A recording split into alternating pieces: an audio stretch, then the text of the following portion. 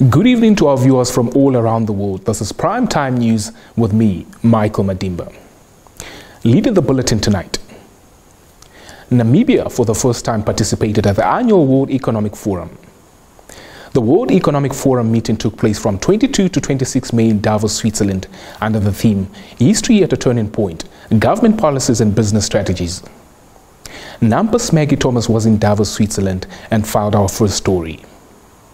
President Dr. Hage Geingob joined over 2,000 leaders in the Sky Resort of Davos as he led the Namibian delegation to one of the most high-profile meetings of global leaders. Namibia's brand ambassador Michelle McLean said it was a spectacular week of investor interactions and amazing exposure for Namibia to the world regarding green hydrogen projects and investment potential for the country. She thanked the Namibian Investment Promotion Development Board team and private sector partners for the effort they have put into representing Namibia at Davos. Minister of Planning and Business Development in the Ministry of Agriculture, Water and Land Reform, Misak Malunga, commended the Namibians who participated in the World Economic Forum, saying they did a very good job. He noted they received positive feedback from potential investors who visited the Namibian House. They were impressed by the degree of organization and the way the program was organized, delivered and executed. Still on the events in Switzerland, Director of Tourism in the Ministry of Environment, Tourism and Forestry, Sebulon Chikalu, has recently announced that about 100 million Namibian dollars is needed to upgrade the Mpacha Airport to international standard. Maggie Thomas once more brings us this story. Namibia is expected to sign the CASA Univisa project this year, which is aimed at facilitating easy movement of tourists between the 5 countries within the CASA Transfrontier Conservation Area, which is made up of Angola, Botswana, Namibia, Zambia and Zimbabwe. Chikalu, who is part of the Namibian delegation attending the World Economic Forum in Davos, Switzerland, told Nampa on the sidelines of the forum that there is a need for both local and international investment in the rehabilitation of the Mpacha Airport to bring it to international standards and thus contribute to the growth of the tourist population in the CASA area, estimating the required investment for the exercise at around 100 million Namibian dollars. He said urging both local and international investors to take up these projects to become a transit tourist hub for tourists in the CASA area. Namibia, especially the Zambezi region, needs infrastructure that supports this initiative, which includes upgrading of the Mpacha Airport, the construction of a private hospital in the Zambezi region, and the construction of a fully fledged convention facility in the region. The CASA Univisa allows tourists to obtain one visa to visit both countries multiple times. The visa is valid up to 30 days in any given period of 12 months, as long as the holder remains within the CASA area. Now, on to a rather unfortunate incident. A priest of the Roman Catholic Church who died in an accident outside Grootfontein last Tuesday has been identified as Charles Chiseta Mikaya from Malawi. Our correspondent in the Otjozondjupa region filed the story. Spokesperson of the Namibian Police Force in the Otjozondjupa region, Inspector Maureen Beha, today said the deceased was identified over the weekend by relatives. Mikaya, a priest in the Kavango East region, died instantly after a pickup vehicle he was operating allegedly overturned and caught fire on the B8 road. Beha noted Mikaya was burnt beyond recognition, while a 42-year-old male passenger, a church deacon of the Roman Catholic Church, who was traveling with him in the vehicle, survived the accident with serious injuries. She said the injured passenger is a Zambian national. The accident occurred around 12 o'clock last Tuesday, approximately 30 kilometers east of Grootfontein. Police investigations into the matter continue. Moving northeast of Africa, head of the United Nations Integrated Transitional Assistance Mission in Sudan, Volker Perth, on Sunday called for ending the state of emergency in Sudan and finding a way out of the current political crisis. Lydia Pitiri reports. Perthes, on his Twitter account, said he is appalled by the violent death of 2 young protesters in Khartoum Saturday, adding that it is time for the violence to stop, time to end the state of emergency, and time for a peaceful way out of the current crisis in Sudan. On Saturday, opposition groups announced that 2 protesters were killed in Sudan's capital, Khartoum, during demonstrations demanding the return to civilian rule. A tripartite mechanism of the United Nations, African Union, and the Intergovernmental Authority on Development is tasked with facilitating intra-Sudanese dialogue to end the country's political crisis. Sudan has been suffering a political crisis after the general commander of the Sudanese Armed Forces, Abdel Fattah al-Burhan, declared a state of emergency on the 25th of October 2021 and dissolved the Sovereign Council and the government. Since then, the Sudanese capital of Khartoum and other cities have been witnessing continued protests demanding a return to the civilian rule. When we return, Ministry of Agriculture, Water and Land Reform says Namibia needs a vaccine production plant to lower the cost of importing vaccines for animals.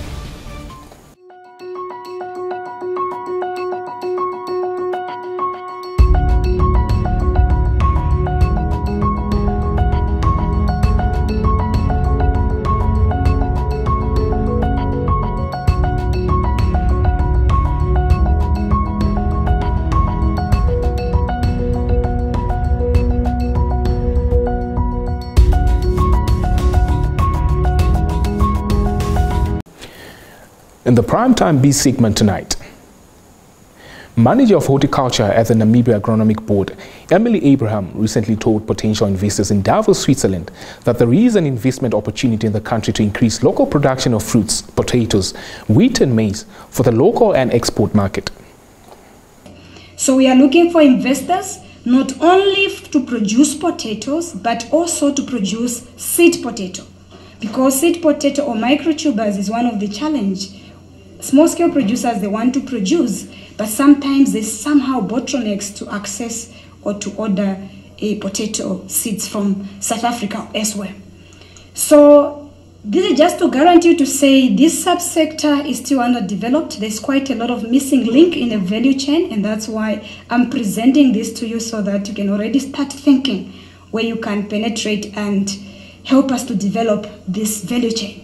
So that is our production zone. We have 7 production zones. I'll start with the wonderful one, Orange River. The land is there, the water is there. This is the area where we are producing our table grapes. In fact, good quality table grapes. So I think if you go to European shelves, you find our grape is there, and you want this market to expand. So you only decide whether you want table grapes or raisins or either powder grape. We can do anything because our farmers back home, they are prepared to save you what you need, because actually at the end of the day, the market dictates what you should supply. Then you look at south. This is where we are also doing a little bit of dates, palm dates. And then the central, we do maize there, vegetable. The cast area, that is the area of Somme-Grootfontein. I'm sorry if you're not familiar with towns. This is the town we call a basket, a fruit basket or a food basket for Namibia, because that's where a lot of vegetables, grains are coming from. So we produce, it contributes 45% to the bread basket. Then you have the North Central, Zambezi and Kavango. We are producing grains there as well. Now, Ministry of Agriculture, Water and Land Reform's Mesak Mulunga says Namibia needs a vaccine production plant to lower the cost of importing vaccines for animals. Maggie Thomas brings us the details. Currently, government spends over 100 million Namibian dollars annually on vaccination campaigns for foot and mouth disease in the northern communal areas. The Director of Planning and Business Development in the Ministry of Agriculture, Water and Land Reform, Mesak Mulunga, revealed last week. In an interview with Nampa on the sidelines of the World Economic Forum that took place in Davos, Switzerland, Mulunga said government spends 104 million on importing vaccines for animals. He therefore called on international investors to grab the investment opportunity in the country's agricultural sector, noting that a vaccine production plant in Namibia would help to fill the gap and potentially lower vaccine costs for farmers and livestock producers. Namibia currently imports foot and mouth disease vaccines from Botswana. Mulunga said he is not discouraging regional synergies within the Southern African Customs Union or the sister countries, but if one looks at the cost of livestock production, such vaccines are not cheap. He explained that it will be cheaper for Namibia to produce them locally and also distribute them to other countries in the region. The sports news is up next, but first, your economics roundup and the weather forecast.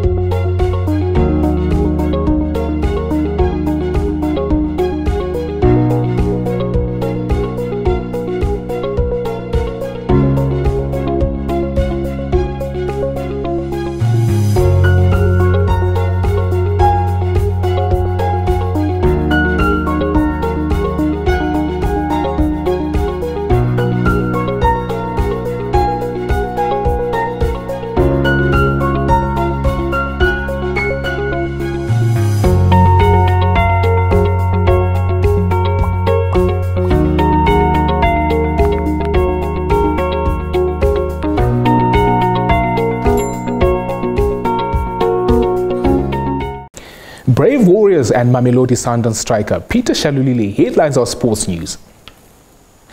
Shalulile, or Shasha as is known to his fans, capped off a great season by winning the DStv Premier Soccer League Footballer of the Season and the Players Player of the Season awards in Johannesburg on Sunday.